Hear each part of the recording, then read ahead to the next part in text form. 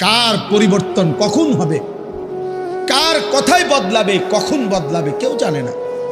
জানে কে? আল্লাহ। হয়তো তার কাছে এক কথা দিলে লাগছে যে হায় আসলে আমার জীবন এমন ঘৃণ্য জীবন। ফুজাইল ইবনে ইয়াজ রাহমাতুল্লাহ আলাই, রাত্রি গভীরে উনি বড় ডাকাত সর্দার ছিলেন।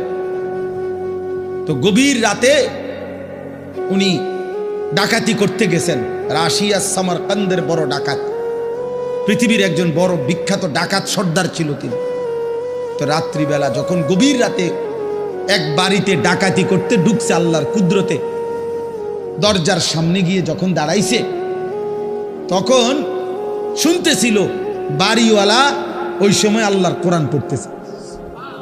আমার কাছে আরবি কিতাব আছে, কিতাবে লিখছে আজ-জুহাদু মিআতুন, ওই কিতাব।